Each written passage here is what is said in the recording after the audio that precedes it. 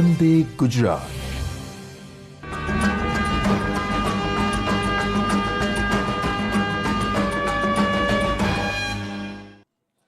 નમસ્તે દર્શક મિત્રો, હું છું ધાર્મિક પુરોહિત. સજ્જ સમુદાય સુરક્ષિત ગુજરાત કાર્યક્રમમાં ગુજરાત રાજ્ય આપત્તિ વ્યવસ્થાપન સત્તામંડળ તરફથી આપ સૌનું હાર્દિક સ્વાગત કરું છું. દર્શક મિત્રો, આપણે સૌ જાણીએ છીએ એમ કે આપત્તિ સામેની પૂર્વ તૈયારી એ જ ઉપાય કે આપત્તિ સામે આપણે કેટલા સુસજ્જ હોઈશું, સુદૃઢ હોઈશું, એટલા જ આપણે એ આપત્તિનો સામનો કરવા માટે પ્રતિબદ્ધ હોઈશું, સક્ષમ હોઈશું. તો આ જ ઉદ્દેશ્યને ધ્યાનમાં રાખીને છેલ્લા 13 અઠવાડિયાથી આપણે આપત્તિને સમજવાનો પ્રયત્ન કરી રહ્યા છે. જેમાં આપણે જાણ્યું કે આપત્તિ કોને કહેવાય, આપત્તિ કયા પ્રકારની હોય છે, કુદરતી આપત્તિ કોને કહેવાય, માનવ સર્જિત આપત્તિ કોને કહેવાય, આપત્તિ આવે છે ત્યારે આપણે શું કરવું જોઈએ, શું ન કરવું જોઈએ. ત્યાર પછી આપણે જાણ્યું હતું કે આગના કેટલા પ્રકાર છે, આગ લાગે ત્યારે શું કરવું જોઈએ, શું ન કરવું જોઈએ, ફાયર એક્સ્ટિંગ્વિશર્સ જે હોય છે એનો ઉપયોગ આપણે કેવી રીતે કરી શકીએ છીએ. ત્યાર પછી આપણે જાણ્યું હતું કે DEOC અને ACOC એ શું રહેલું છે. ગાંધીનગરમાં સ્ટેટ ઇમરજન્સી ઓપરેશન સેન્ટર કે જ્યાં ગુજરાત સરકારના ડિઝાસ્ટરને લગત કામગીરી 24 કલાક 365 દિવસ થતી હોય છે, જે ગાંધીનગરમાં એ સેન્ટર આવેલું છે. અને તમારા જિલ્લામાં DEOC એટલે ડિસ્ટ્રિક્ટ ઇમરજન્સી ઓપરેશન સેન્ટર, જે તમારા જિલ્લામાં કલેક્ટર ઓફિસ છે એની આજુબાજુ આવેલું હોય છે. ત્યાં તમારા જિલ્લા અને ડિઝાસ્ટરને લગત કામગીરી ત્યાં 24 કલાક 365 દિવસ થતી હોય છે.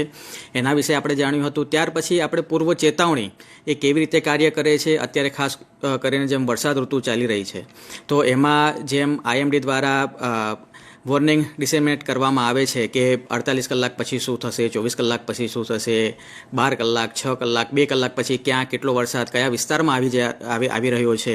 તો એ સંદેશા વ્યવહાર કેવી રીતે થાય છે, નેશનલથી સ્ટેટ લેવલ, સ્ટેટથી ડિસ્ટ્રિક્ટથી તાલુકાથી ગામડા લેવલ ઉપર એ કેવી રીતનો સંદેશા વ્યવહાર થતો હોય છે, પૂર્વ ચેતવણી કેવી રીતે કાર્ય કરતી હોય છે, એની સાથે જ લગત જે એના લાઇન ડિપાર્ટમેન્ટ છે એ પણ કેવી રીતે કાર્ય કરતા હોય છે, તે બધું આપણે જાણ્યું હતું. ત્યાર પછી આપણે જાણ્યું કે ઔદ્યોગિક અકસ્માત એ કોને કહેવાય છે. આપણે આ રોજબરોજના જીવનની અંદર દર્શક મિત્રો આપણે થોડા કે વધારે પ્રમાણની અંદર કેમિકલનો ઉપયોગ કરીએ છીએ.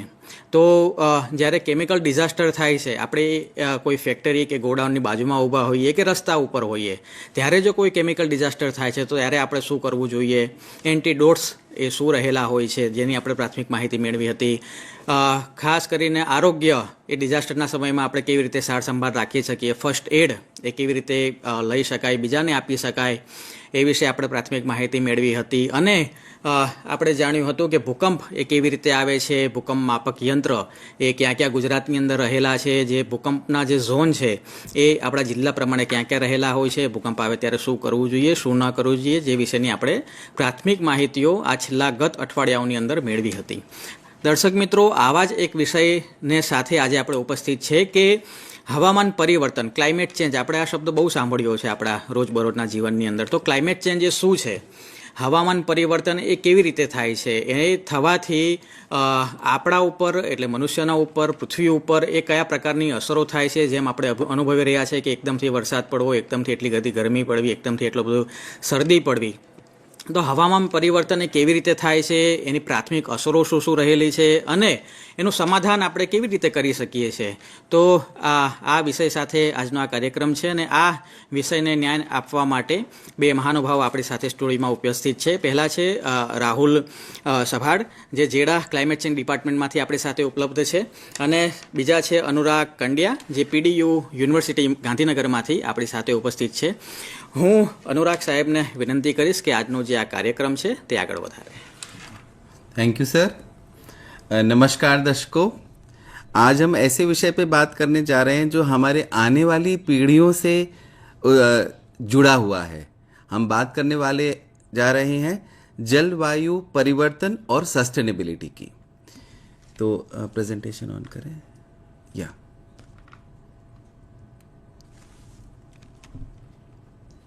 Next slide. हाँ, अक्सर हम सोचते हैं कि हम विकास कर रहे हैं, लेकिन सच तो ये है कि विकास के नाम पे शायद हम अपने जीवन में ही कुछ खतरे बढ़ा रहे हैं. हमने अर्थव्यवस्था और परिवर्तन को दो अलग अलग रास्तों पे खड़ा कर दिया है. यह बिल्कुल ऐसा ही है जैसा हम उसी डाल को काट रहे हैं जिस पे हम बैठे हैं. तो ये एक्चुअली सोचने वाली बात है कि हमारा विश्व, हमारी कंट्री किस ओर जा रही है, क्या डेवलपमेंट और एनवायरनमेंट साथ के साथ हैं या हम आपस में आमने सामने खड़े हुए हैं? तो अगर ऐसा नहीं है तो बिल्कुल सोचना पड़ेगा कि हमारा डेवलपमेंट का मॉडल को हम किस तरीके से चेंज करें। मैं आपके सामने एक ये चित्र रखता हूं और इसको थोड़ा सा आप गौर से देखिए। कौन सा चित्र आपको ज़्यादा अपील करता है? A choice of sustainable future और devastation of climate chaos. I think हम सब लोग ही बोलेंगे कि हमको ये जो हमारे लेफ्ट में जो चित्र है, जो ब्यूटीफुल सा जो हमें अर्थ दिख रही है, वो ही हमारे लिए एक सपनों का टाइम है। तो यही हमको इसके लिए करना है, इसके लिए हमें आगे देखना है। तो there is no planet B, हमें इसी धरती को इम्प्रूव करना है, उसी के लिए हमें काम करना है। अगर आप क्लाइमेट क्राइसिस को देखें तो आपके सामने ये बहुत सारे मैंने वर्ड्स लिखे हैं कि सी लेवल का राइज होना या बहुत सारा सूखा पड़ना, बहुत सारा गर्मी के कारण मृत्यु होना, बहुत सारी जनजातियों का विलुप्त होना, फॉरेस्ट फायर्स का आना, बहुत सारे स्टॉर्म्स का आना, ये सारी चीज़ें क्लाइमेट क्राइसिस के चलते हैं। तो इनको क्या हम कंट्रोल कर सकते हैं, कम कर सकते हैं, या बिल्कुल ये प्राकृतिक है? ये एक्चुअली सोचने वाले विषय हैं। अगर आप देखें वर्ल्ड अक्रॉस, ये एक ग्राफ है, तो ये 1917 से लगा के 2025 तक किस टाइप की नेचुरल डिजास्टर्स हुई हैं विश्व में, उसका एक आंकलन है। अगर आप इसको ध्यान से देखें तो धीरे धीरे आपने देखा पहले थोड़े कम डिजास्टर्स होते थे, अब जैसे जैसे जैसे टाइम गया, जैसे जैसे हमारी अर्बनाइजेशन हुआ, आप देख रहे हैं कि डिजास्टर्स बढ़ते जा रहे हैं। तो ये बढ़ते डिजास्टरों का कारण क्या, ये एक्चुअली सोचने वाली बात है। 2025, 2024, 2023 में सबसे ज़्यादा डिजास्टर्स हुए जो कि यहाँ पे देख सकते हैं, और इन डिजास्टर्स का खामियाजा भरने वाले हम। तो डेफिनेटली फिर इस पे हमें सोचना चाहिए। अगर हम बात करें टेम्परेचर की, तो आप ध्यान से देखिए, इसमें 2024 पूरी लास्ट 50 या 55 सालों का सबसे गर्म वर्ष था। 2024, 2025 और 2023 का अगर हम एक एवरेज करें तो ये 1.5 डिग्री सेल्सियस से ज़्यादा गर्म था जो हमारी प्री इंडस्ट्रियल टाइम का टेम्परेचर था। और ये पूरे विश्व ने तय किया कि हमें इस 1.5 डिग्री सेल्सियस से आगे नहीं जाना है। अगर हम जाते हैं तो हमारे बहुत सारी नेचुरल आपदाएं बढ़ जाएंगी, जो कि हमें देखने को मिला। तो ये टेम्परेचर बढ़ना, CO2 बढ़ना, दीज आर ऑल, ये सारी ऐसी चीज़ें हैं जो हमें कम करने के लिए हमें पूरे विश्व लेवल पे हमें कम करना है। एक आंकड़ा, शायद हम इसको ज़्यादा समझ पाएँ, डिज़ास्टर इम्पैक्ट। ये दो टाइमलाइन है, 1980 टू 1999 और 2000 से 2019। अब आप देखिए 1980 से 1999 तक कितने डिजास्टर्स हुए? 4212, और दूसरे टाइम लाइन में 7348। टोटल डेथ्स 1.19 मिलियन और बाद में 1.23 मिलियन। टोटल अफेक्टेड लोग 3.25 बिलियन और बाद में 4.03 बिलियन। और मोस्ट इंपॉर्टेंटली, जो शायद हम सब लोग आसानी से समझ पाते हैं, इकोनॉमिक लॉस। पहले टाइमलाइन में 1.6 ट्रिलियन और दूसरे टाइमलाइन में 3 ट्रिलियन, ऑलमोस्ट दुगना। ये नेचुरल डिजास्टर के चलते इकोनॉमिक लॉस हुआ है। अब अगर इसको कम करना है तो डेफिनेटली हमें प्रयत्नशील तो होना ही पड़ेगा। इसीलिए पूरे विश्व ने सस्टेनेबल डेवलपमेंट गोल को एक ढाल बनाया कि हम इन 17 सस्टेनेबल डेवलपमेंट गोल के चलते पूरी कार्यशैली वर्कआउट करेंगे। तो इसको हम as a engineer, as a scientist, as a common man ये सोचना है कि क्या हमारे विलेज सस्टेनेबल हैं, क्या हमारी शहर सस्टेनेबल हैं। सो इस आधार पे अगर कार्य किया जाए तो शायद हम कुछ सस्टेनेबिलिटी के नज़दीक आ सकते हैं। सबसे बड़ा एक जो आपको शायद ध्यान में रखना चाहिए, that was Paris agreement. Paris में मोर देन 194 कंट्रीज मिले और उन्होंने तय किया कि ये 8 बड़े मुद्दे, कि ग्लोबल टेम्परेचर को हमें 2 डिग्री से कम, उसका जो राइज है वो कम करना है, और 1.5 से ज़्यादा तो जाना ही नहीं है। हर कंट्री को नेशनल डिटरमाइंड कंट्रीब्यूशन वर्कआउट करना है कि वो हर साल क्या क्या ऐसा करेगा जिससे कि उसके एमिशंस कम होंगे। उनके 5 साल के प्लान बनाने होंगे। मिटिगेशन स्ट्रैटेजीज क्या होंगी जिससे कि एमिशंस कम हो, वो देखना होगा। कैसे हम कार्बन सिंक को बढ़ा पाएं, वो देखना होगा। एडॉप्टेशन, मान लीजिए कि जैसे मालूम है कि बरसात अब इंटेंस होने लगी है, तो उस इंटेंस बरसात को क्या हम कोसते रहें या हम अपने शहरों को इतना मजबूत कर लें कि उनमें बाढ़ आने ही ना पाए। तो ये एडॉप्टेशन की एक स्ट्रैटेजी है। Very important, climate finance. इन सब कार्य करने के लिए पैसा कहाँ से आएगा? तो तय हुआ था कि डेवलप्ड कंट्रीज डेवलपिंग कंट्रीज को सहायता करेंगे, और वो भी $100 बिलियन पर ईयर। तो ये हुआ क्लाइमेट फाइनेंस। लॉस और डैमेज को कैसे कम करना है, और पूरी कार्यशैली में ट्रांसपेरेंसी कैसे बढ़ानी है जिससे कि वो पारदर्शिता रहे कि हम क्या कर रहे हैं और उसका क्या नतीजा आएगा। तो ये रही बात पेरिस एग्रीमेंट की जो तय हुआ। और इवन ग्लासगो में जो 2021 में जो कॉन्फ्रेंस हुई, उसमें भी सारे देशों ने यही बातें दोहराई कि हमको हमारा जो इंक्रीज है टेम्परेचर का, वो 1.5 डिग्री से ज़्यादा नहीं होना है। हमें अपने हैबिटेट्स को प्रोटेक्ट करना है, बहुत सारे लोगों के साथ कोलैबोरेट करना है, और ये इतना पैसा जुटाना है जिससे कि ये सारे क्लीन डेवलपमेंट प्रोजेक्ट्स हो सकें। ये बात हुई 2021 की। और इसी के चलते हमारे आदरणीय प्रधानमंत्री जी ने ये पंचामृत दिया हमें कि हमारा देश कैसे जाएगा। उन्होंने कहा कि 2030 तक हमको नॉन फॉसिल एनर्जी की कैपेसिटी 500 गीगावाट तक करनी है। हमारी जो रिन्यूएबल एनर्जी का जो कंजम्पशन है, लाइक इंडिया का जो 50% एनर्जी कंजम्पशन है, वो रिन्यूएबल एनर्जी से मीट हो। 2021 से लगा के 2030 तक कार्बन एमिशन जो है जितना होना था उससे 1 बिलियन टन कम हो।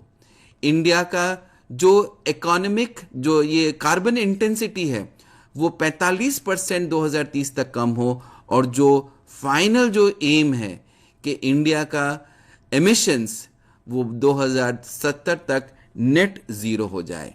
ये जो नेट ज़ीरो का जो आदरणीय प्रधानमंत्री जी ने हमें जो लक्ष्य दिया है वो सच में हासिल भी करना है। कठिन है, लेकिन सब लोगों के सहायता से, टेक्नोलॉजी और कम्युनिटी एंगेजमेंट से ये हासिल हो सकता है। यहाँ पे मैं ये कहना चाहूँगा कि अगर सारे कंट्रीज़ ये हासिल ना कर पाए तो सच में एक डिफ़िकल्ट सिचुएशन में हम आ जाएंगे। इसीलिए 2070 का जो टारगेट है जो आदरणीय प्रधानमंत्री जी ने हम सबको दिया है, वो बाय ऑल मीन्स हम लोगों को करना ही होगा। क्लाइमेट चेंज की एक छोटी सी परिभाषा, जो डेफिनेशन अगर आप देखें तो एक long term climate term shift के अंतराल टेम्परेचर का रहता है कि कैसे टेम्परेचर और वेदर परिवर्तित हो रहा है। हो सकता है कि ये नेचुरल हो, लेकिन जब हम थोड़ा इसको क्लोजली ऑब्जर्व करते हैं तो पता चलता है कि ये बहुत सारा मैन मेड हो गया है because of lot of fossil fuel. जितना जो हम ये कोल जलाते हैं, ये जो हम डिफरेंट टाइप के जो फॉसिल फ्यूल्स जलाते हैं, उनसे जो ग्रीन हाउस गैस जनरेट होती है, मोर इम्पॉर्टेंटली कार्बन डाइऑक्साइड, वो जनरेट होती है, वो वातावरण में जाती है और वो हीट ट्रैप करती है। वो हीट, वो गर्मी के कारण जो गर्मी जो बाहर जानी चाहिए वो न जाते हुए फिर वो पूरे एटमॉस्फेयर में रहती है और टेम्परेचर धीरे धीरे बढ़ाती है। तो ये एक साधारण सा एक डेफिनेशन है क्लाइमेट चेंज का। बट यहाँ पे अगर आप ध्यान से देखें CO2 का, जैसे जो लोग बोलते हैं कि ये तो एक नेचुरल साइकिल है, तो यहाँ से पता चलता है कि ये नेचुरल साइकिल नहीं है, ये बहुत सारा कुछ एंथ्रोपोजेनिक है, बहुत सारा मैन मेड है। यहाँ से अगर आप देखें 2090 से जिस रेट से हमारा CO2 बढ़ा, उसी रेट से अगर आप देखें कि हमारे जो एमिशंस बढ़े, इसके चलते हमारा टेम्परेचर बढ़ा। इसका मतलब है कि अगर टेम्परेचर CO2 के चलते बढ़ा, तो अगर हम CO2 के एमिशंस को कम करें तो टेम्परेचर कंट्रोल हो सकता है। अब एक ये बात जो मैं आपको कहना चाहूँगा, ये मैंने लिखा है कि क्लाइमेट चेंज का आधा सच। बहुत सारे स्कूलों में जो पढ़ते हैं कि जैसे ही अगर हम ग्लोबल वार्मिंग की बात करें और उसका अगर मैं इम्पैक्ट पूछूं, आज जैसे जो मेन विषय है कि ग्लोबल वार्मिंग का जो सीधा इम्पैक्ट है वो क्या, तो बहुत सारे लोग बोलेंगे कि जो ग्लेशियर्स हैं उनकी मेल्टिंग और उस मेल्टिंग से सी लेवल का राइज। तो ये शायद हम सबको मालूम है, लेकिन ये आधा ही सच है, और आधा सच जो मैं आपको बताने चाहूँगा वो शायद आपकी आंखें खोले। इसीलिए मैंने लिखा है, क्या CO2, क्या कार्बन डाइऑक्साइड ही ये राइजिंग सी लेवल का कारण है? क्या यही दोषी है? क्या CO2 ही दोषी है? तो एक छोटा सा आप ये वाटर साइकिल का ये देखिए, सिंपल वाटर साइकिल अगर आप देखें, जैसे जो सूर्य की गर्मी से जो समुंदर का पानी है वो भाप बनता है, वो ऊपर जाता है, वहाँ पे क्लाउड फॉर्मेशन होता है, फिर वो ट्रांसपोर्टेशन होता है, फिर नीचे वो वाके वहाँ से प्रेसिपिटेशन होता है। एक छोटी सी खूबसूरत सी साइकिल है जिसको हम बोलते हैं वाटर साइकिल। अब जैसे ही ये क्लाइमेट चेंज हुआ, CO2 हुआ, यहाँ पे ये साइकिल इंटेंसिफाई हुई, ये बात तो तय है। लेकिन इसमें एक और चीज़ है जो कि आज हमको देखना है। आप देखते हैं कि आज हम बहुत सारी जगह ये सारा जो नेचुरल परवियस ग्राउंड है इसको हम परिवर्तित करते हैं इस तरीके से। आज जो पहले पानी ग्राउंड में जा सकता था, अब बिकॉज हमने इसके ऊपर एक इम्परवियस लेयर बना दी है, तो अब वो ग्राउंड में पानी नहीं जा पा रहा, और इसके कारण हम देखते हैं कि जरा सी बारिश हुई और हमारे शहर ऑलमोस्ट डूब जाते हैं। अभी थोड़े ही दिन पहले अहमदाबाद में बहुत तेज बारिश हुई और हमने बहुत सारे ऐसे वीडियो देखे जिसमें हमें ऐसा लगा कि ये पानी जा क्यों नहीं रहा। सो पानी पूरा शहर आके रुक गया, और इसको हम एक नाम देते हैं स्टॉर्म वाटर। ये स्टॉर्म वाटर एक्चुअली एक पूरे सिविल इंजीनियरिंग डिक्शनरी में एक अभिशाप है, जिसको मैं ऐसा मानता हूं कि ये हमारे डिक्शनरी में होना ही नहीं चाहिए। रेन वाटर कभी अभिशाप नहीं हो सकता अगर उसको प्रॉपरली हम मैनेज करें। आज प्रधानमंत्री जी का भी यही कहना है कि बूंद बूंद हमको इकट्ठी करनी है, पानी बहुत प्रेशियस है। आज के उसमें हमने बहुत बार देखा कि बहुत सारे शहरों में कुछ ऐसा ही हो जाता है जो आप यहाँ पे देख रहे हैं। और दूसरी तरफ हम बात करते हैं कि हमारा ग्राउंड वाटर टेबल क्यों डिप्लीट हो रहा है। तो समस्या तो यही है कि अगर हम ग्राउंड वाटर में ग्राउंड में पानी जाने ही ना दें और ग्राउंड से पानी निकालते ही रहें, तो ग्राउंड वाटर रिचार्ज कैसे होगा। तो यही पानी जो ग्राउंड में वापस नहीं जा रहा है, तो ये पानी कहाँ जा रहा है? ये पानी समुंदर में जा रहा है। तो एक कारण जो समुंदर के सी लेवल का राइज होना है वो ये पानी है जो कि वापस ग्राउंड में नहीं गया। तो इसको सोचना है। जैसे कि एक साधारण सा एग्जाम्पल मैंने लिया, इतना इम्परवियस क्यों बनाना है इसको जिसमें ये वेजिटेशन भी ना हो पाए। तो ये सोचने वाली बात है कि हमारी अर्बन प्लानिंग में कि क्या हम ऐसा कर सकते हैं कि सरफेसेस मोर परवियस रहें। जैसे कि एक बड़ा खूबसूरत सा एग्जाम्पल मैं आपको दे रहा हूँ, हमारे शहर में ऐसा क्यों नहीं है, ये एक सवाल है कि अगर आपके लिए चलने के लिए आपको थोड़ा सा स्ट्रेंथ वाला पोर्शन चाहिए तो वो भी है, लेकिन पानी को जाने के लिए ये है तो ये भी है। तो इस टाइप के अगर हमारे अर्बन कॉन्सेप्ट्स में आए तो हमारा ग्राउंड वाटर एक लार्ज लेवल तक एड्रेस हो सकता है। आपने देखा होगा कि शहरों में जैसे छोटी सी तालावड़ी है, फिर वो क्या होता है, सूख जाती है। तो कुछ ऐसा हो गया। फिर बाद में क्या करते हैं हम लोग, जैसे ही कुछ लो लाइंग एरिया दिखा हमको, हमने उसमें कुछ फिलिंग कर दिया, मिट्टी डाल दी, और इसके बाद में इसके ऊपर फिर एक इमारत बन गई। अब शहरों से पानी अगर गायब हो जाएगा और सूर्य की किरणें उतनी ही रही, solar radiation remains the same, तो गर्मी कहाँ जाएगी? पानी हमारे पानी सबसे एक इम्पॉर्टेंट एंटिटी है जो कि गर्मी को कम करता है, लेकिन अब शहरों में ऐसे वाटर बॉडीज ही नहीं हैं, ऐसे लेक्स नहीं हैं, पॉन्ड्स नहीं हैं, हमारे शहर उतने वाटर सेंसिटिव नहीं हैं और हीट का जनरेशन होता जा रहा है। इसके चलते हमारा टेम्परेचर बढ़ता जा रहा है। तो आज तो डेफिनेटली हम, अगर आप इसको एक ग्राफ में लिख के देखें, तो जैसे जैसे हमारा ये कम होता जाएगा, ब्लू और ग्रीन कवर, पेड़ कम हो जाएंगे, अगर हमारे ये वाटर बॉडीज कम हो जाएंगी, तो सेम कंफर्ट के लिए हमारे एनर्जी कंजम्पशन बढ़ती जाएगी। इसका मतलब है कि नई एनर्जी कंजम्पशन जो आप बोलते हैं कि हमारा एनर्जी कंजम्पशन बढ़ रहा है, वो विकास के लिए नहीं, वो सिर्फ अपने सेम थर्मल कंफर्ट को मैनेज करने के लिए ही आ रहा है, बिकॉज हमारी ओवरऑल टेम्परेचर बढ़ गई है।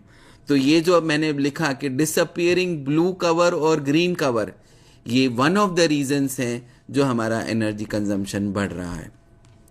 तो इसका करें क्या? तो डेफिनेटली अभी सोचना पड़ेगा और हमारे पास कोई ऑप्शन ही नहीं है कि हमारे शहरों को एक स्पॉन सिटी के रूप में तब्दील करना ही पड़ेगा। स्पॉन सिटीज ऐसे हैं जो कि जिसमें परवियसनेस अधिक है, छोटे छोटे वाटर बॉडीज हों या पार्क्स हों या नेचुरल फीचर्स हों, जो कि जैसे ही कोई बारिश हो, प्रोविजन ऐसा होना चाहिए कि वो स्टॉर्म वाटर में परिवर्तित ही ना हो पाए और वो धरती के अंदर चले जाएं। ऐसे कुछ फाउंटेन्स हैं, ये सब ऐसी बातें हैं। ये तो खैर पोल्यूशन का भी एक इम्पॉर्टेंट एस्पेक्ट है कि अगर हमें पार्टिकुलेट मैटर को अगर कम करना है तो ऐसे वाटर फाउंटेन्स का भी हमको शहरों में और गाँव में ऐसा लगाना पड़ेगा, खासकर शहरों में, कि हम अगर थर्मल कंफर्ट को अगर करना है या एयर क्वालिटी को इम्प्रूव करना है।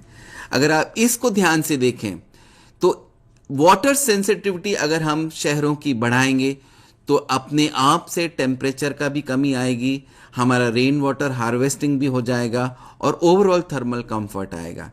तो ये जो हमारे जो 17 जो सस्टेनेबल डेवलपमेंट गोल्स हैं, उसमें 11वां number sustainable cities and communities और क्लाइमेट एक्शन के चलते ये बहुत इंपॉर्टेंट इशू है, how to increase the water sensitivity of an urban area. दूसरा, एक बहुत जैसे कि हम बात करते हैं कि हमें क्लाइमेट चेंज अगर रोकना है तो क्या एक इंडिविजुअल इसको रोक सकता है? और कई बार हम सोचते हैं कि अब मेरे एक पेड़ लगाने से क्या ही हो पाएगा। तो मैंने ये अपने कैप्शन में लिखा है कि क्लाइमेट चेंज मिटिगेशन का आधा सच, क्योंकि हम कनेक्ट करते हैं कि मेरे एक पेड़ लगाने से क्या ग्लोबल वार्मिंग कम हो जाएगी। तो उसकी एक जर्नी है। जब आप जैसे आप देखिए, ये एक छोटा सा एग्जाम्पल है अहमदाबाद शहर का, और अगर हम इसको एक क्लोज दृष्टि से देखें तो एक शहर में ही 5 डिग्री का अंतर है। Centre of the city 5 degree अधिक है और उसका जो पेरिफेरल पार्ट है वो लगभग बहुत कम है, उसके 5 डिग्री का फर्क है। तो अगर आप यहाँ पे इस एरिया में अगर आप प्लांटेशन करते हैं तो डेफिनेटली इस एरिया में आपका टेम्परेचर कम होगा। So if you see the complete truth, जब आप एक पेड़ लगाते हैं तो आप ये ना सोचें कि आप ग्लोबल वार्मिंग को सॉल्व कर रहे हैं, बट एटलीस्ट आप ये तो सोच सकते हैं कि ये पेड़ मेरे घर का जो छोटा वातावरण है उसको मॉडरेट करेगा, उसको ठंडा करेगा। और अगर ऐसे छोटे अगर आप इसको एग्लोमरेट करें तो डेफिनेटली ये एक ग्लोबल वार्मिंग का इशू कम हो सकता है। जैसे कि आदरणीय होम मिनिस्टर सर ने with in a small span उन्होंने 1.25 करोड़ का प्लांटेशन का जो मैंडेट दिया, वो थोड़े टाइम के बाद रंग लाएगा। जब ये प्लांट्स बड़े होंगे, जब इसमें ही वो ट्रांसपिरेशन होगा, तो अगर आप ये ना कनेक्ट कर पाए कि ग्लोबल वार्मिंग है बट लोकल वार्मिंग का जो आप इम्पैक्ट फील करेंगे, तो डेफिनेटली आपको लगेगा कि हाँ, मैं इसको सोल्यूशन के रूप में देख रहा हूँ और इसको जब हम एक विश्व स्तर पे लेके जाएंगे तो अब ये एक ग्लोबल वार्मिंग का इशू आएगा। तो इसको मैंने एक छोटे से इक्वेशन में रखा है कि लोकल वार्मिंग के जो छोटे छोटे पॉकेट्स हैं उसको अगर हमने सॉल्व किया तो डेफिनेटली हम ग्लोबल वार्मिंग का इशू सॉल्व कर पाएंगे। तो अगर आप देखिए, जब आपके सामने मैं ये एक एग्जाम्पल रखता हूं। एक घर ऐसा है जिसके आसपास कुछ पेड़ पौधे हैं, और वो ही घर का दूसरा सिनेरियो है जिसके आसपास कुछ नहीं है। अब मैं आपसे पूछता हूं कि दोनों घरों में किस घर में एनर्जी कंजम्पशन कम होगा अगर एयर कंडीशनर लगा है तो, या ओवरऑल टेम्परेचर किस घर का कम होगा? तो मोस्ट ऑफ लोग आप लोग बोलेंगे कि ये वाले घर में, बिकॉज आसपास पेड़ पौधे लगे हुए हैं इसलिए ये घर ठंडा होगा। तो आप मेरी पिछली स्लाइड्स को अगर रेफर करें तो बिल्कुल अगर ग्लोबल वार्मिंग का छोड़ दें, बट लोकल वार्मिंग का तो हम एड्रेस कर सकते हैं कि अपने जगह अगर हम पेड़ पौधे लगाएंगे तो हमारा जो लोकल क्लाइमेट है वो मॉडरेट होगा। उससे चलते हमारा ही फायदा होगा कि हमारी जो बिल्डिंग एनर्जी कंजम्पशन है, जो एयर कंडीशनिंग का जो बिल है वो कम आने लगेगा। तो ये एक बहुत बड़ा एग्जाम्पल है। इसी को अगर हम थोड़ा आगे दृष्टि से देखें, एक पेड़ को भी आप एक एयर कंडीशनर के रूप में देख सकते हैं। इनफैक्ट अगर आप अपने ही लोकेलिटी का अगर आप मुआयना करें तो आपको कई जगह ठंडी लगेंगी और कई जगह थोड़ी सी गर्म लगेगी। 1 डिग्री 2 डिग्री का भी फर्क अगर आप एयर कंडीशनिंग में अगर आप ट्रांसलेट करते हैं और उसमें एनर्जी कंजम्पशन का देखते हैं तो 1 महीने में आपको कम से कम 12 या 15% का एनर्जी कंजम्पशन का बिल में फर्क दिखेगा। तो वो एक इम्पॉर्टेंट है। इसीलिए मैंने इस पेड़ को एक मनी के पेड़ के रूप में भी ट्रांसलेट किया है और बोला है कि आज ज़रूरत है वो साइंस की कि इसको हम एक्चुअली क्वांटिफाई करके बता सकें कि अगर आप 2 पेड़ 3 पेड़ 4 पेड़ अगर आप के घर के आसपास लगाएं तो आपका कितना एनर्जी कंजम्पशन का बिल कम होगा और कैसे आप उसको इकोनॉमिकली देख सकते हैं, एक फाइनेंस की दृष्टि से देख सकते हैं। ये एक मेरी कल्पनाओं में एक बहुत मुझे दस्तक देता है कि हमारे शहरों में ऐसी दीवारें क्यों नहीं हैं। ये एक दीवार है जो यूरोप की है। तो जब मैं डिस्कस करता हूं तो कई लोग मुझे बोलते हैं कि हमारा तो देश थोड़ा गर्म है। तो मैं चाहता हूं कि गर्म देश के चलते भी ऐसे कौन से ऐसे प्लांट्स हैं जो कि इन दीवारों को इस तरीके से मैनेज कर सकते हैं और कंक्रीट को भी हमें, या जो हमारी जो बिल्डिंग जो वॉल है उसको भी बचाना है, लेकिन प्लांटेशन भी करना है और लिविंग वॉल, ग्रीन वॉल जैसी वॉल्स बनानी है। अभी हमारे देश में बहुत ना के बराबर ही उपलब्ध हैं, लेकिन अगर हमें क्लाइमेट चेंज और एनर्जी कंजम्पशन को साथ में देखना है तो ये एक ऐसी चीज़ें हैं जो कि आने वाले 10 वर्षों 20 वर्षों में तो आनी ही चाहिए, जिससे एस्थेटिकली भी बहुत अच्छा है लेकिन एनर्जी कंजम्पशन भी बहुत अच्छा इससे कम हो जाएगा और लोकल क्लाइमेट में भी ठंडक आएगी। तो ये है। अब जैसे ये बात हुई वॉल्स की, अब हम बात करें रूफ्स की। आज हम शहरों में देखते हैं तो हार्डली हमें घरों में ऐसा दिखता है कि जो रूफ में हमें ग्रीन रूफ हैं। तो ऐसे ग्रीन रूफ क्यों नहीं हैं, ये एक सवाल है। तो इसमें सिविल इंजीनियरिंग के छात्र भी, क्लाइमेट टेक्नोलॉजी के छात्र भी, इनमें इन लोगों को काम करके ऐसी पद्धति निकालनी पड़ेगी जिससे कि हमें इस तरीके से ग्रीन रूफ का भी हमारे एक नॉर्मल सिविल इंजीनियरिंग कॉन्सेप्ट में इनकल्जन हो। सो ये भी एक बहुत इम्पॉर्टेंट है। जो लोग शहरों में हैं, बहुत सारे, मैंने तो इन्वेस्टिगेट भी किया कि हमारे बहुत सारे ऐसी रोड्स हैं जिसमें प्लांटेशन बहुत कम है। तो सवाल ये आता है कि जब प्रावधान दिया गया है तो प्लांटेशन क्यों मिसिंग है? क्योंकि ये प्लांट्स आपकी पोल्यूशन भी कम करेंगे और आपका एयर टेम्परेचर भी कम करेंगे। इनफैक्ट ये जो रोड्स हैं उसका जो टेम्परेचर है, जो सरफेस टेम्परेचर है, वो इतना बढ़ जाता है बिकॉज सीधा सूर्य की किरणें पड़ती हैं। तो अगर इसको इंटरप्ट किया जाए तो हमारी जो रोड की जो लैंड सरफेस टेम्परेचर है वो भी कम होगा। तो खैर ये अकेले सरकार से नहीं होगा, इसमें जन भागीदारी कम्युनिटी एंगेजमेंट भी बहुत इम्पॉर्टेंट है। तो ये हमारे सबका जो मैंडेट है कि हमें अपनी रोड्स को ग्रीन करना है, अपनी वॉल्स को ग्रीन करना है, अपने रूफ को ग्रीन करना है। और अगर ये सब हो पाए तो डेफिनेटली एक डिफरेंट टाइप का माइक्रो क्लाइमेट हम देख सकते हैं। तो बहुत सारी चीज़ें मैंने इकट्ठी करी हैं स्लाइड में, आप देख सकते हैं कि हमारे घर ऐसे हों, हमारे वाटर बॉडीज़ हों, हमारे यहाँ प्लांटेशन हो, हमारे लाइट सरफेसेस के ऐसे हों जिसमें रिफ्लेक्टिविटी अधिक हो, रूफ टॉप वेजिटेशन हो।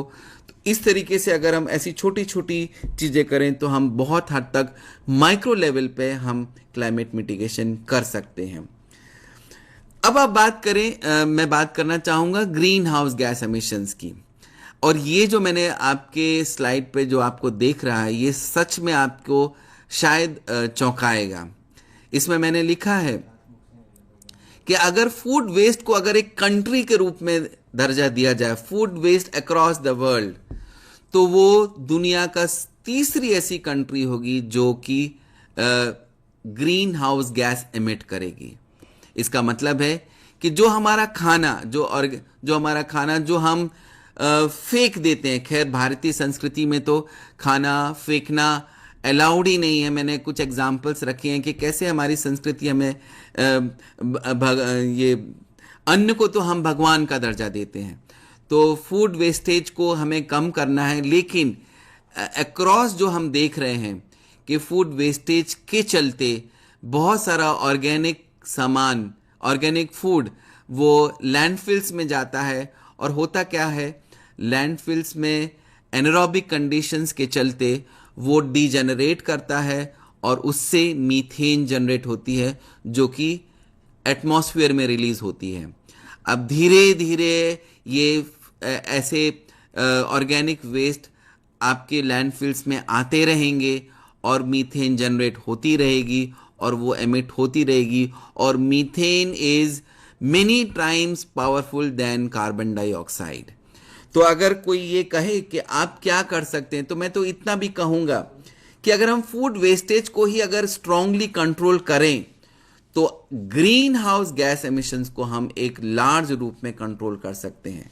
एक सामने जैसे आप देख रहे हैं कि हमारे घर का जो खाना है उसको सीधा हमने जो खाया नहीं उसको फेंक दिया, फेंकने के बाद वो कंपोस्टिंग वो लैंडफिल्स में गया, लैंडफिल्स के चलते वो डीजेनरेशन हुआ, anaerobic decomposition and the formation of methane.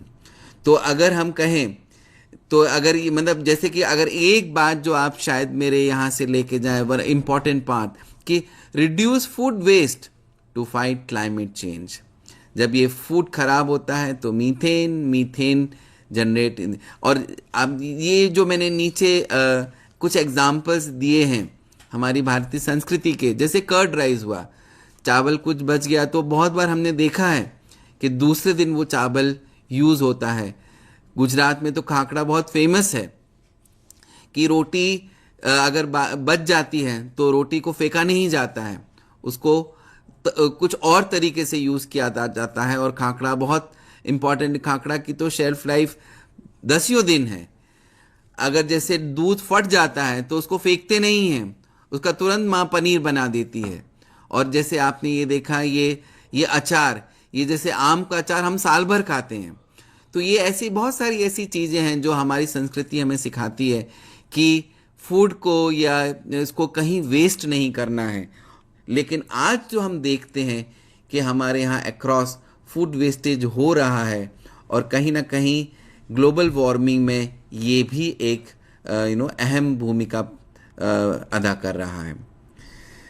अब जैसे बात कहें सेव ह्यूमैनिटी का, तो जैसे आप देख रहे हैं अक्रॉस कि बहुत सारा अर्बनाइजेशन हो रहा है। और जब भी हम कुछ भी अर्बनाइजेशन की अगर हम बात करें तो 2 ही चीज़ दिमाग में आती है, स्टील और सीमेंट।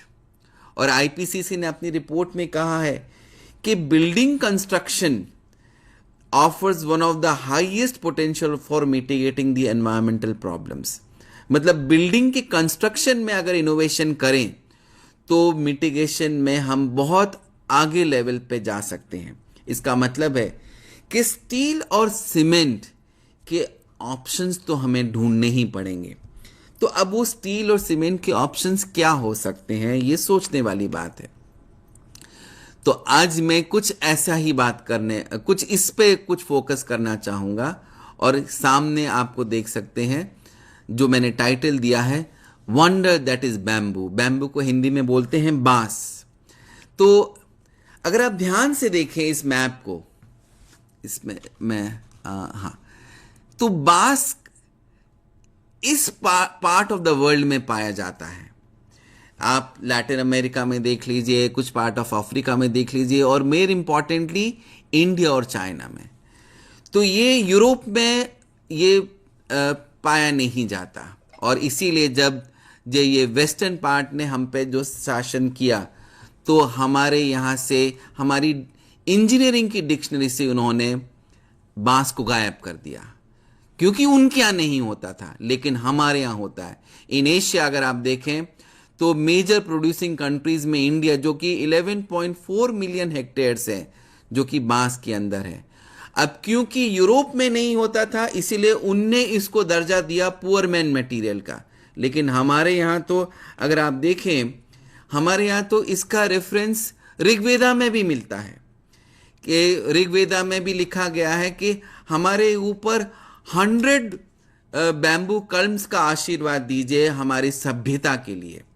और मेरे टीचर ने मेरे से पूछा था कि अनुराग ये बताओ कि कृष्ण ने बांस को ही क्यों चुना अपनी बांसुरी के लिए। कुछ तो ऐसा खास होगा इसमें कि कृष्ण ने अपनी बांसुरी के लिए बांस चुना। तो वाकई में ये सोचने वाली बात है कि क्यों हमारी सिविल इंजीनियरिंग बांस पे फोकस नहीं कर रही है, और हमारी एंशिएंट सिविलाइजेशन ने तो बिल्कुल बांस को अपनाया था। अगर आप देखें, इवन वाल्मीकि रामायण में भी बांस का उपयोग का बहुत अच्छे से वर्णन किया गया है।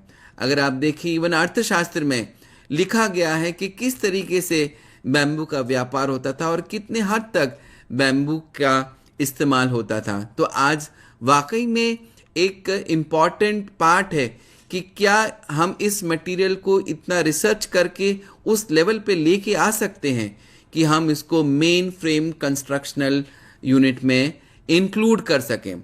और सबसे खूबसूरत बात तो ऐसा है कि बैम्बू वेस्टलैंड में भी जनरेट होता है। 160 million hectare of wasteland of India can be greened by bamboo. So this is, ये एक इम्पॉर्टेंट पार्ट है। लेकिन जब तक बैम्बू का हम अच्छे से उपयोग का वर्कआउट नहीं करेंगे, तो हम उसको मेन फ्रेम में नहीं ला सकते हैं। लेकिन यहाँ पे मैं एक बहुत अच्छा एग्जाम्पल देना चाहूँगा।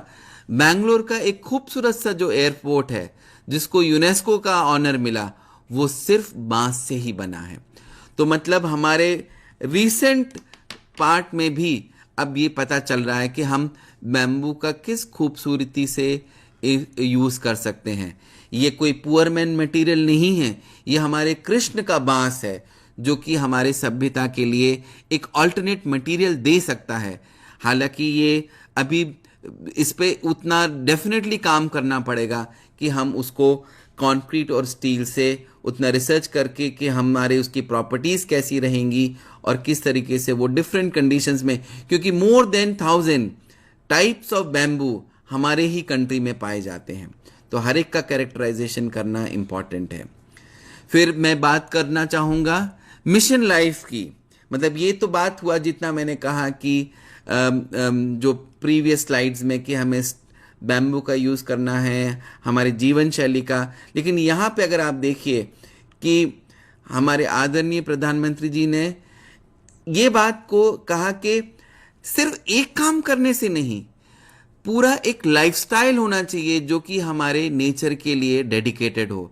तो उन्होंने बहुत सारी चीज़ें ऐसी दी, और उसमें मैं अब कुछ ऐसी चीज़ें प्रस्तुत करना चाहूँगा जो कि हम बोलेंगे कि these are our handprint. मतलब ये हम कर सकते हैं, ना कि सरकार का करना है, ये हमारी छोटा सा योगदान है। लेकिन ये बात मैं यहाँ पे ये बोलना चाहूँगा कि बूंद बूंद करके ही सागर भरा है और हर एक बूंद का एक बहुत महत्व है। तो इसी को मैंने नाम दिया, इसी सब लोगों ने नाम दिया हैंड प्रिंट।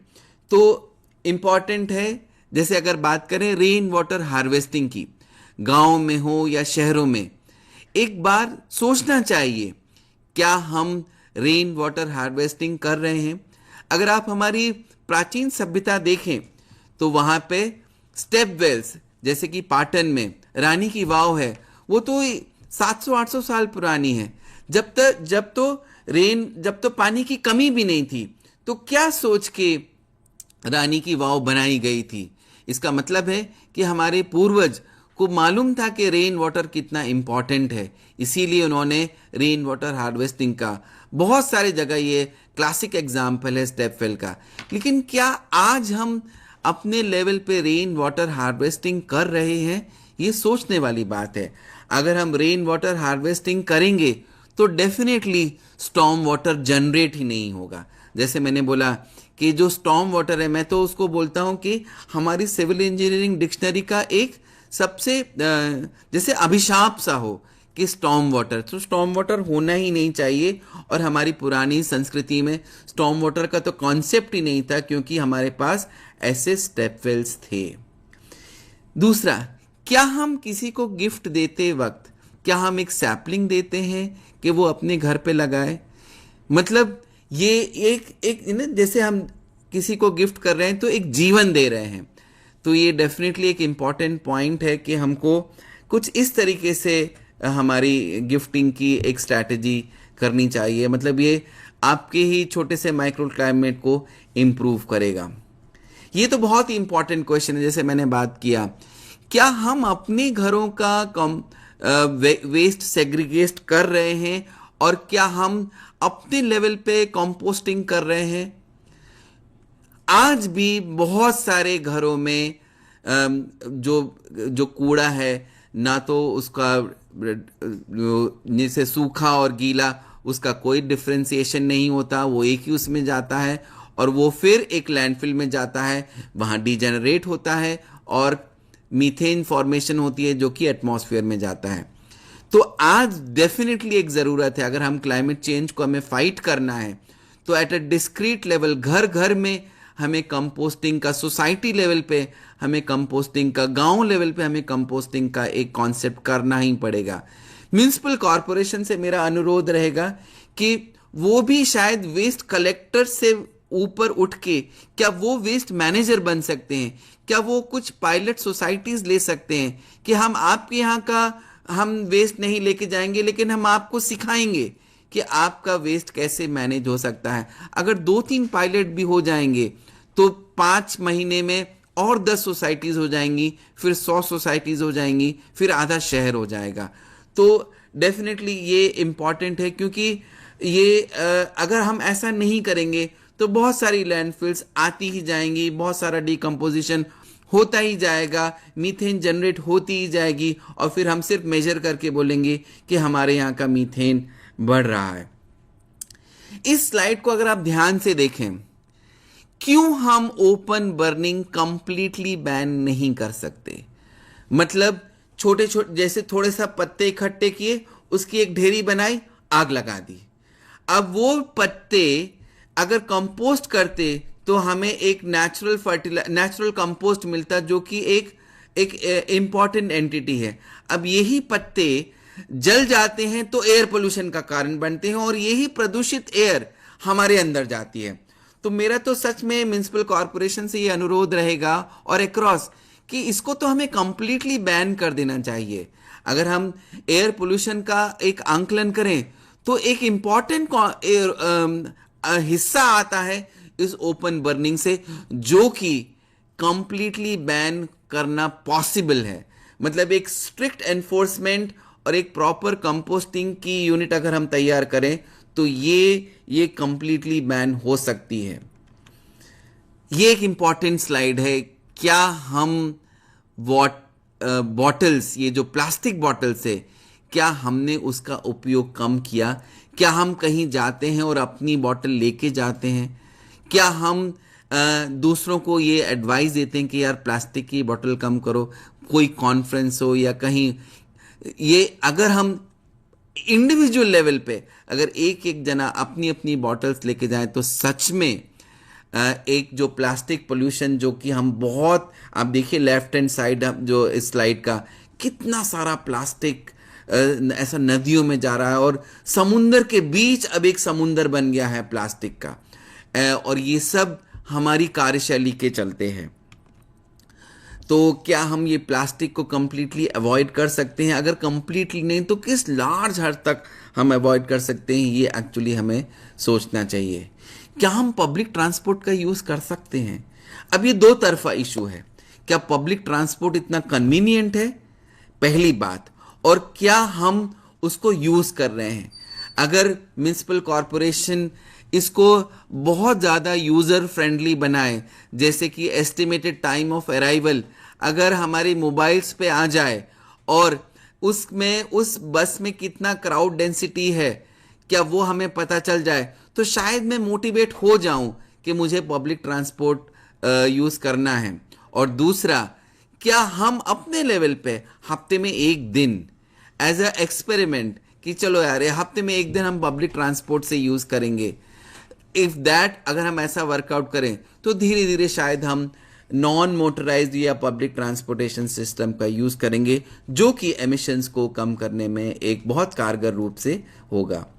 एक बहुत साधारण सा क्वेश्चन, जब हम एक शहरों में सबसे पहला क्वेश्चन तो मेरा आता है कि हमें लाल लाइट देखनी ही क्यों है? क्या ऐसा सिस्टम डिज़ाइन नहीं हो सकता कि हर व्हीकल अपने एक निर्धारित या एक ऑप्टिमम स्पीड से चले और उसको ग्रीन सिग्नल ही मिलता रहे, लाल मिले ही नहीं, और जैसे ही लाल मिले क्या हम अपने उसको स्विच ऑफ कर सकते हैं? इसमें हमारा भी फायदा है और ऑब्वियसली आइडलिंग के होने के कारण जो एमिशंस होता है वो भी कम हो जाएगा। सो ये छोटी छोटी स्ट्रैटेजीज हैं जो कि हमको यूज़ करना है। अब जैसे एक पब्लिक यूनिट में जो व्यक्ति लास्ट में निकलता है, क्या वो इस कॉशियस से निकल सकता है कि वो लाइट बंद कर दे? सिंपल सी बात है, बट मैंने बहुतों जगह देखा है क्योंकि हमें बिल पे नहीं करना है तो हमें फ़र्क नहीं पड़ता और हम उस लाइट्स को जलने देते हैं। या तो स्मार्ट लाइट्स हों कि वो डिटेक्ट करके अपने आप बंद हो, या अगर ऐसा नहीं होता है तो डेफिनेटली एक जिम्मेदार नागरिक के रूप में हमें भी ध्यान रखना चाहिए कि अगर लाइट्स यूज़ नहीं, क्योंकि ये फॉसिल फ्यूल से जनरेटेड हैं और फॉसिल फ्यूल से अगर हम इसको फॉसिल फ्यूल का कंजम्पशन कम करें तो डेफिनेटली हमारा CO2 कम होगा, और CO2 कम होगा तो हमारा जो ग्रीन हाउस गैस इफेक्ट है वो कम होगा। सो एनवायरमेंटल मैनेजमेंट एक्चुअली एक कम्युनिटी कमिटमेंट है। मतलब बहुत सारे लोगों का जब ये मिलन होगा तब जाके हमें कुछ एंगेजमेंट कुछ रिजल्ट्स दिखेंगे। और मैं आपको ये बताना चाहूँगा कि ये एनवायरमेंटल मैनेजमेंट बहुत प्रॉफिटेबल है। इसमें थोड़ी दिक्कतें आएंगी, लेकिन अगर एक लेवल के ऊपर जाएगा तो इसमें हमको बहुत सारा मुनाफा होगा। जो आकलन नहीं हो पाता है वो है हेल्थ बेनिफिट का। अगर आप हेल्दी रहेंगे, आप दवाइयों पे कम खर्च करेंगे तो डेफिनेटली खैर इसका तो मतलब पैसों से तो क्या ही, अगर मैं 5 वर्ष एक्स्ट्रा जीऊँगा तो उससे तो इसको तो मैं शायद पैसों में ना तोल पाऊँ मेरे फैमिली के लिए और मेरे कम्युनिटी के लिए। सो ये एक जन आंदोलन है।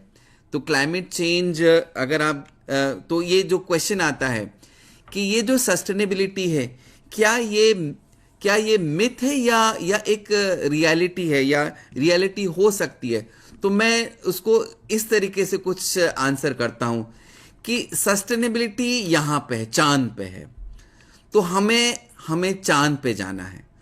मतलब ये हम बिल्कुल जा सकते हैं, लेकिन हमको थोड़े निश्चय करने होंगे, कुछ सरकार को स्ट्रैटेजीज बनानी होंगी, कुछ हम लोगों को अपनी टेक्नोलॉजी इम्प्रूव करनी होगी, कुछ कम्युनिटी एंगेजमेंट को बढ़ाना होगा, तब जाके जो हमारे आदरणीय प्रधानमंत्री जी का जो संकल्प है कि 2070 तक हमें एमिशंस को ज़ीरो करना है और कंप्लीटली कार्बन न्यूट्रल होना है, तभी हासिल कर पाएंगे।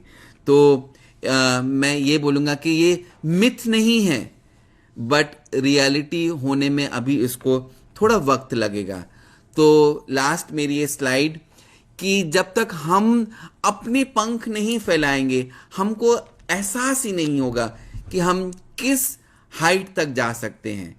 तो टेक्नोलॉजिकल इंटरवेंशंस हो, कम्युनिटी एंगेजमेंट हो, ये सब को मिला जुला करके हमें एक सस्टेनेबिलिटी की आधारशिला रखनी है और अक्रॉस हमें ऐसा एक मूवमेंट लाना है जिससे हम सस्टेनेबिलिटी को छू पाएं। हमारी सभ्यता तो ऐसा ही हमको सिखाती है कि one of the finest civilisations of the world is Indian civilisation. Indian culture इतना रिच कल्चर है कि अगर इसको क्लोजली, अगर हम इसको महसूस करके अगर हम इस चीज़ों को फॉलो करें तो शायद we will be the role model for the world. Thank you very much. તો દર્શક મિત્રો, આપણે જાણ્યું કે હવામાન પરિવર્તન એ કેવી રીતે ખાસ કરીને આવતો હોય છે અને ખાસ કરીને આપણી કેવી કઈ જવાબદારીઓ છે કે એ નાના નાના પગલાઓથી આપણે એ હવામાન પરિવર્તનને વધારે અસર કરતું રોકી શકીએ છીએ. જેમ સાહેબે જણાવ્યું કે અત્યારે વરસાદનું પાણી છે તો એ વરસાદના પાણીને આપણે કેવી રીતે બચાવ કરી શકીએ છીએ, એ આપણા વોટર હાર્વેસ્ટિંગ સિસ્ટમથી આપણા ઘરમાં હોય કે ગામના તળાવમાં હોય તો એ કેવી રીતે આપણે બચાવી શકીએ છીએ, તો આપણે પર્યાવરણનું જતન કરી શકીએ છીએ. સાથે જ નાની નાની વસ્તુઓ અહીંયા સાહેબે સમજાવી કે તમે જ્યારે કોઈને ગિફ્ટ આપો છો ત્યારે શું એ ગિફ્ટની અંદર કોઈ નાનો છોડ કે એવું કોઈ આપી શકાય કે જે એ છોડ એ પોતાના ઘરની અંદર કે ઘરની બહાર એ લગાડી શકીએ તો પણ ઘણું બધું પરિવર્તન આવી શકે છે. સાહેબે એમ સમજાવ્યું કે પબ્લિક ટ્રાન્સપોર્ટ કે જે આપણી ખાસ કરીને સરકારી બસ છે કે ટ્રેન છે એનો આપણે વધુમાં વધુ આપણે ઉપયોગ કરીએ તો જેનાથી પેટ્રોલ કે ડીઝલની ખપત છે તે ઓછી થાય અને આપણે વધારેમાં વધારે ઓછા ભાડાની અંદર આપણે મુસાફરી કરી શકીએ, તો એનો પણ આપણે વધારેમાં વધારે ઉપયોગ કરવો જોઈએ. એમણે જણાવ્યું કે ટ્રાફિક સિગ્નલ ઉપર આપણે જ્યારે ઊભા છે ત્યારે નાની નાની વસ્તુ છે કે આપણે રેડ લાઇટ છે, અમુક સમય બાકી છે તો આપણે આપણું વાહન છે બંધ કરી દેવું જોઈએ. જો તમે એ વાહન બંધ કરો છો તો પણ તમારા જે વ્હીકલનું છે, પેટ્રોલ છે, ડીઝલ છે તેની પણ ખપત થાય છે. આવી નાની નાની વસ્તુઓનું જો દર્શક મિત્રો આપણે ધ્યાન રાખીશું તો એનાથી આપણને આર્થિક નુકસાન તો થતું અટકશે, પણ સાથે સાથે એની જે ગંભીર અસરો જે વાતાવરણની અંદર થઈ રહી છે એના ઉપર પણ થોડો અંકુશ રખાશે. તો દર્શક મિત્રો, આ હતો આજનો આ વિષય, આજનો પ્રોગ્રામ. આવા જ વિષય સાથે આપણે આવતા અઠવાડિયે પુનઃ ફરીથી મળીશું. મને આપશો રજા. નમસ્કાર.